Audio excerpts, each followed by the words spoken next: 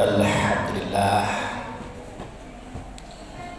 Alhamdulillahillazi arsala rasulahu bil huda wa dinil haq liyuzhirahu 'ala dini kullihi walau karihal musyrikun. Asyhadu an la ilaha illallah wa asyhadu anna Muhammadan abduhu wa rasuluh la nabiyya ba'dah. Innallaha wa malaikatahu yusholluna 'alan nabi ya ayyuhallazina amanu shallu 'alaihi wa sallimu taslima. Allahumma shalli 'ala sayyidina Muhammad wa 'ala ali sayyidina Muhammad kama shallaita 'ala sayyidina Ibrahim wa 'ala ali sayyidina Ibrahim wa barik 'ala sayyidina Muhammad wa 'ala ali sayyidina Muhammad kama barakta 'ala sayyidina Ibrahim wa 'ala ali sayyidina Ibrahim fil 'alamin innaka Hamidum Majid.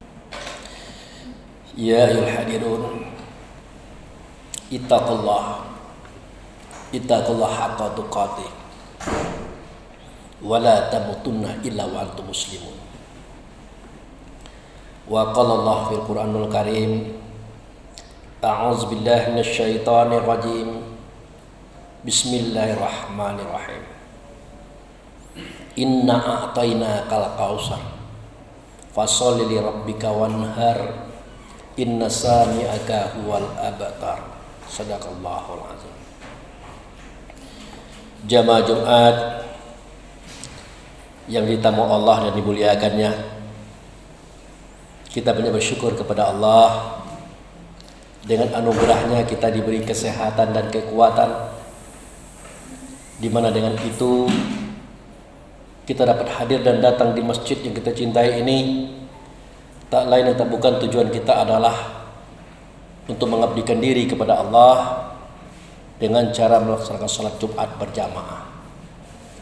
Kemudian kehadapan ikutan kita Nabi Muhammad Rasulullah sallallahu alaihi wasallam, kita telah menyatakan selawat atas beliau. Semoga selawat yang kita nyatakan tadi akan didengarkan oleh Allah, diterima oleh Allah, dan digantikan oleh Allah dengan syafaat atau pertolongan, di mana pada waktu itu tidak ada pertolongan kecuali yang datang daripada Allah melalui Rasulullah sallallahu alaihi wasallam. Jamaah yang saya hormati, sebagai seorang khatib, saya tidak akan bosan-bosan mengajar, menghimbau dan menyuruh kita semuanya, tentu khusus bagi diri saya pribadi. Mari kita tingkatkan iman kita kepada Allah. Mari kita tingkatkan ketakwaan kita kepadanya. Berharap semua kita ini tidak akan mati kecuali berada dalam Islam. Jamaah yang saya hormati, tadi saya telah membacakan sebuah firman Allah yang saya petik dari surat Al-Kautsar. Di situ Allah berfirman, Inna a'tainakal kautsar fasholli li rabbika wanhar inna sani'aka huwal abtar. Jadi di situ Allah berfirman kepada kita melalui Rasulnya. Apa kata Allah? Sesungguhnya aku telah memberikan kepada kamu kenikmatan yang banyak. Oleh karena itu, dirikanlah sholat karena Tuhan kamu, dan sembelihlah hewan kurban. Sesungguhnya barang siapa yang menghambat kamu, menghalang-halangi kamu, maka mereka lah yang terputus daripada nikmat Allah. Jamaah yang saya hormati, kita tak lama lagi hendak menghadapi bulan Zulhijjah. Otomatis nanti pada tanggal 10 Zulhijjah kita akan banyak melihat betapa hewan-hewan berupa onta, kerbau, sapi, kambing akan disembelih sebagai hewan kurban.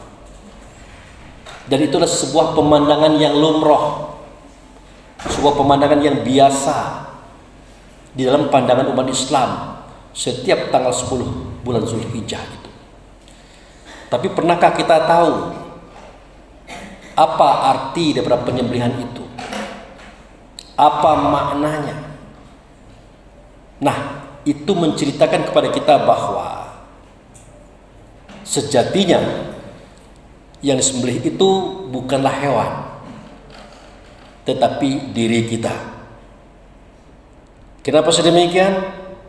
Nah, sejarah ini dimulai daripada kisah Nabi Ibrahim dan putra beliau Nabi Ismail, di mana Allah perintahkan kepada Ibrahim melalui mimpinya selama 3 kali agar Ibrahim menyembelih Ismail. Agar Ibrahim menyembelih Ismail. Mimpi pertama, Ibrahim menganggap itu semacam permainan tidur. Mimpi kedua, dia mulai ragu-ragu. Masa iya Allah menyuruh saya menyembelih anak saya? Masa iya Allah memerintahkan untuk membunuh anak saya? Akhirnya masuklah kepada mimpi yang ketiga. Nah, sejak saat itu Nabi Ibrahim memanggil istrinya Siti Hijir, putranya Ismail. Mereka bermusyawarah bahwasanya ini bukan mimpi biasa. Ini adalah wahyu yang diperintahkan kepada saya untuk menyembelih anak kita itu, wahai Hijir. Untuk menyembelih engkau, wahai anakku Ismail. Tapi oleh karena mereka ini beriman dan bertakwa, memiliki suatu pemahaman dan pengalaman yang luar biasa tentang ketuhanan, tidak ada kata lain kecuali sami'na wa ta'na ya Abah. Aku dengar, aku taati wahai ayahku. Silahkan disembelih aku jika itu memang kehendak dan perintah Allah.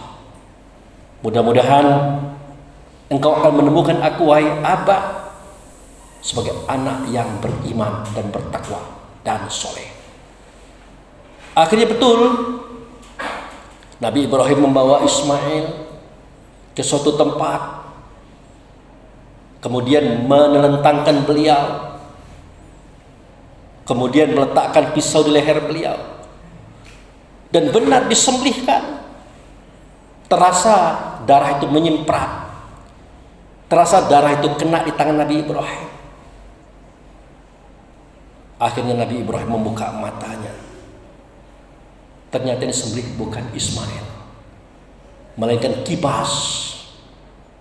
Nah, di mana Ismail?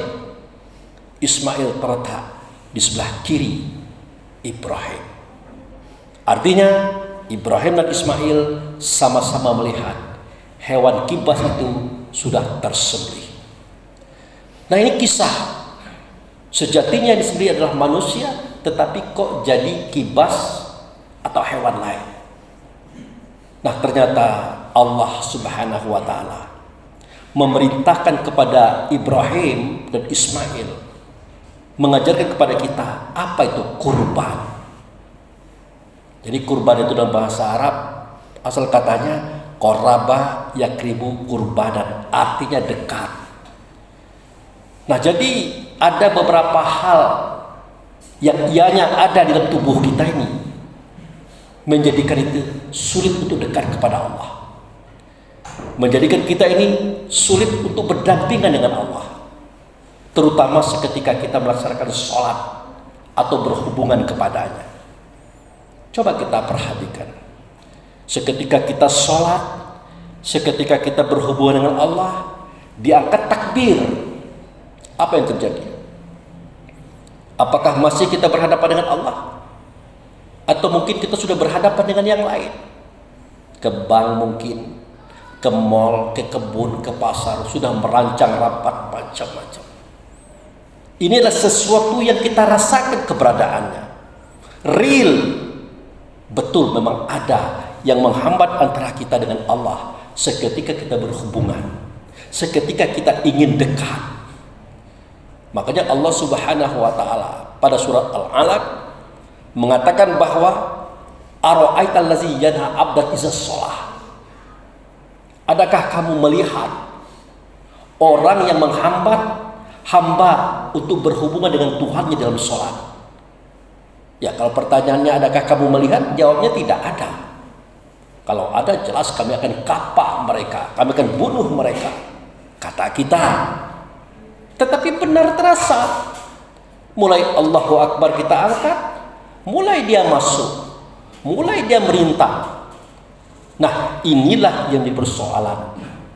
Mengapa kita dengan Allah itu tidak dekat, tidak qoraba? Karena memang harus ada yang dialirkan dianya daripada tubuh kita. Nah, setelah kita perhatikan, hewan kurban ditelentangkan, apa yang terjadi?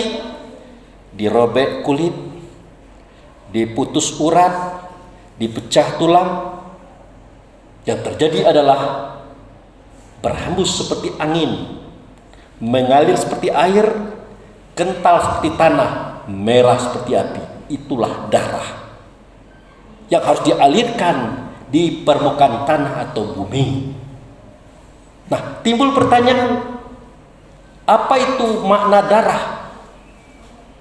Darah itulah himpunan daripada angin, air, tanah, dan api. Maka bertemulah kita rumusnya dari Rasulullah Sallallahu Alaihi Wasallam. Apa kata Rasulullah? Wahai sahabat-sahabatku, kamu tahu apa yang terjadi pada dirimu seketika berhadapan dengan Allah? Kamu tahu? Mereka menjawab, sesungguhnya Allah dan Rasulnya yang Maha tahu. Baru Rasul katakan, kalian itu kalau bertemu dengan Allah dalam sholat sering diganggu, sering terhambat. Tahu tak apa sebabnya? Maka dikatakan oleh Rasul, sebabnya adalah karena batang tubuhmu itu tercipta dari 4 anasir. Pertama, anasir angin, namanya roh rehan, sifatnya pantang kelintasan. Tidak mau melihat orang kaya sedikit, tidak bisa melihat orang sukses sedikit, tidak bisa melihat orang pintar sedikit, timbul iri dengkinya, timbul kebenciannya. Padahal orang itu kaya bukan menggunakan hartanya, tetapi karena perjuangan mereka. Kenapa iri? Kenapa dengki? Ya karena roh rehan atau anasir angin itu membentuk tubuh kita. Kemudian pada tubuh kalian itu ada namanya anasir air, namanya roh rahmani. Apa sifatnya? Pantang kerendahan, maunya tinggi saja, maunya besar saja, dia yang paling hebat, dia yang paling benar. Orang lain salah semua, orang lain kotor semua, dia yang super. Kemudian pada tubuhmu ada anasir tanah, namanya roh jasmani. Sifatnya itu adalah rakus, pantang kekurangan. Pangkat sudah tinggi, gaji sudah besar, tunjangan sudah banyak, masih juga mengambil hak orang, masih juga mengorupsi hak orang, masih juga menjegal hak orang. Kemudian pada tubuhmu itu ada anasir api, namanya roh idafi. Sifatnya pantang tersinggung dan tidak mau kalah. Jadi 4 sifat inilah simbol daripada angin, air, tanah, api. Simbol sifat pantang kelintasan, pantang kerendahan, pantang kurang, pantang kalah. Bersatu dia. Nah, inilah sifat yang selalu menghambat kita untuk bertemu dengan Tuhan di dalam sholat. Kita ternoda oleh karenanya. Makanya Allah enggan bertemu dengan kita ini. Baru Allahu Akbar, Allah sudah berpaling mukanya, menjauh dirinya, sehingga kita ditinggalkan oleh Allah dalam sholat kita. Akhirnya kita ngalor ngidul ke Pulau Bay, kita mancing ikan. Sebelum mancing kita berbicara umpan yang paling pade, apo, dan sebagainya. Itu akibat daripada Allah berpaling daripada kita. Makanya kita tidak khusyuk. Kenapa Allah berpaling? Kita tidak bersih, kita tidak suci. Padahal tadi kita sudah berwudu, mulai daripada telapak tangan, mulut, hidung, dan seterusnya. Kita sudah berdoa, Allahumma ja'alni minat tawabbina wa ja'alni minal mutatahhirin. Ya Allah, jadikanlah aku hamba yang suci, hamba yang bertobat. Tetapi tetap Allah tidak ridho kepada kita. Kenapa?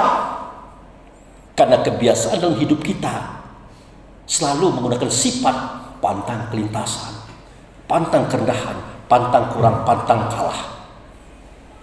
Nah, inilah sifat yang perlu dialirkan, yang perlu ditumpahkan di muka bumi.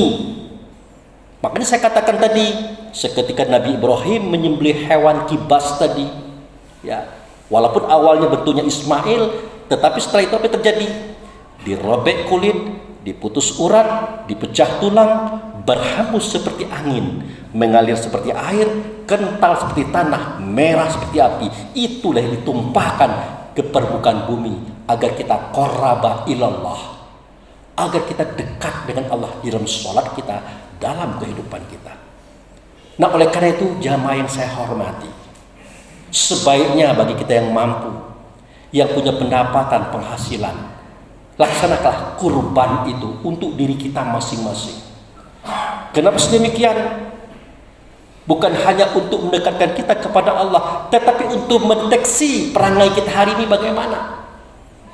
Artinya bagi kita yang berkurban, jangan hanya menyerahkan hewan saja. Pak, ini kambing saya, Pak, ini uang saya, kurban saya. Tapi pas penyembelihan kita tidak melihat, kita tidak menontonnya, akhirnya tidak ngerti kita apa yang terjadi pada hewan kurban kita. Jujur saya katakan kepada jamaah, mulai dari Nabi Adam sampai pada Nabi Muhammad, belum pernah terjadi yang namanya kurban onta, kurban kerbau, kurban sapi. Semuanya kambing atau kibas, kambing atau kibas. Perhatikan dalam sejarah. Kenapa? Karena untuk melihat kepribadian kita dari sembelihan itu tadi. Lah kalau sudah onta, kerbau, sapi, kan 7 orang, siapa yang mau kita lihat? Nah, kan begitu. Tapi di akhir zaman para ulama sepakat onta, kerbau, sapi boleh. Tapi tetap kita akan ragu-ragu. Kenapa sedemikian? Seketika hewan kurban itu disembelih, perhatikan gerak hewan tadi. Apakah dia liarkah? Apakah dia tenang saja? Perhatikan darahnya, mengalir tenang saja kah atau nyemprat? Kalau dia mengalir tenang, berarti pribadi kita sudah mulai bagus. Kalau dia nyemprat, bahkan menghantam, berarti pribadi kita belum bagus. Makanya setelah penyembelihan kurban yang sudah kita saksikan tadi, diperlukan sunat kurban. Untuk apa? Seketika kita lihat hewan kurban itu bagus, berarti kepribadian kita sudah mulai bagus. Maka sholatlah 2 rakaat, berdoa kepada Allah, ya Allah, perbaguslah kepribadianku ke depannya. Tapi kalau hewan kurbannya sudah kayak gitu, babak belur, semprotan darahnya luar biasa, itu tanda kepribadian kita belum bagus. Maka mintalah kepada Allah, ya Allah, perbaikilah kepribadianku. Itu zaman dulu seperti itu. Kenapa? Karena yang disembelih itu adalah kibas atau kambing, bisa kita lihat. Tapi kalau sudah sapi, onta, kerbau, tidak bisa kita melihatnya. Karena jumlah orang yang punya itu 7 orang, Pak. Tapi kita pasrahkan saja kepada Allah. Mudah-mudahan kita yang berkurban didekatkan oleh Allah dalam sholat, dalam kehidupan sampai kita meninggal nanti, kita selalu dekat kepada Allah. Barakallahu li wa lakum fil Qur'anil azim wa syahidal mu'minin wal mu'minat wastaghfiruhu innahu huwal ghafurur rahim.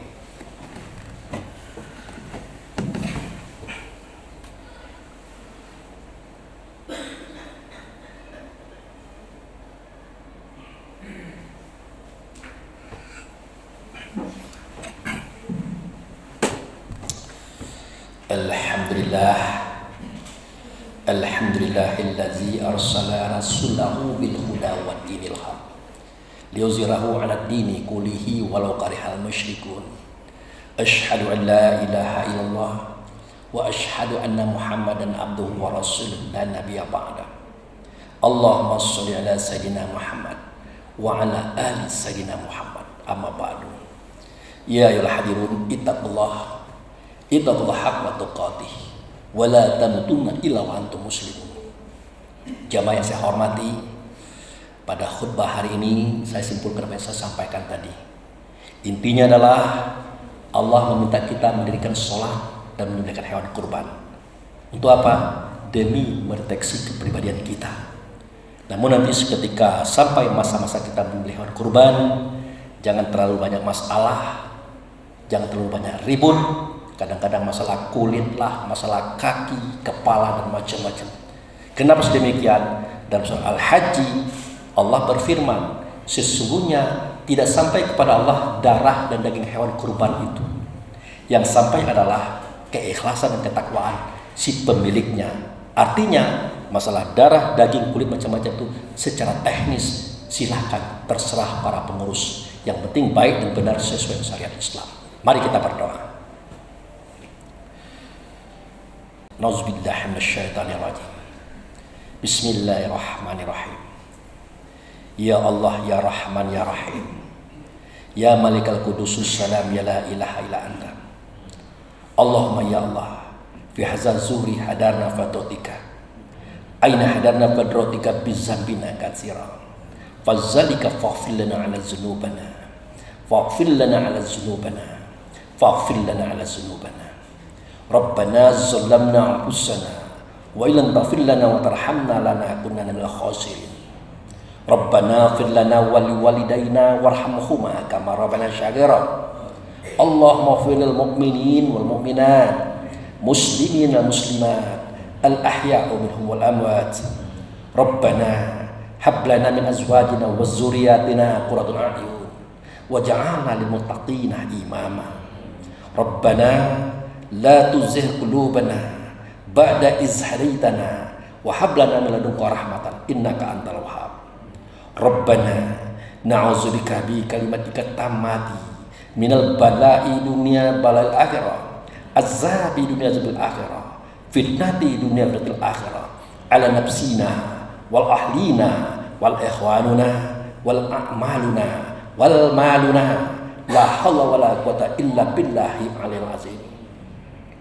Rabbana fataqabbal minas sholatana wa siyamana wa takhaswa'ana wa tadarru'ana wa zikrina wa qiraatul qur'anuna innaka ghafurur rahim. Rabbana atina fi dunya hasanah wa fil akhirati hasanah wa qina azabannar. Ibadallah, innallaha ya'muru bil adli wa ihsan wa ita'izil qurban halal fasih wal munkar wal ba ya'izukum la'allakum tadhakkarun wa la zikrullahi akbar wa aqimis shalah.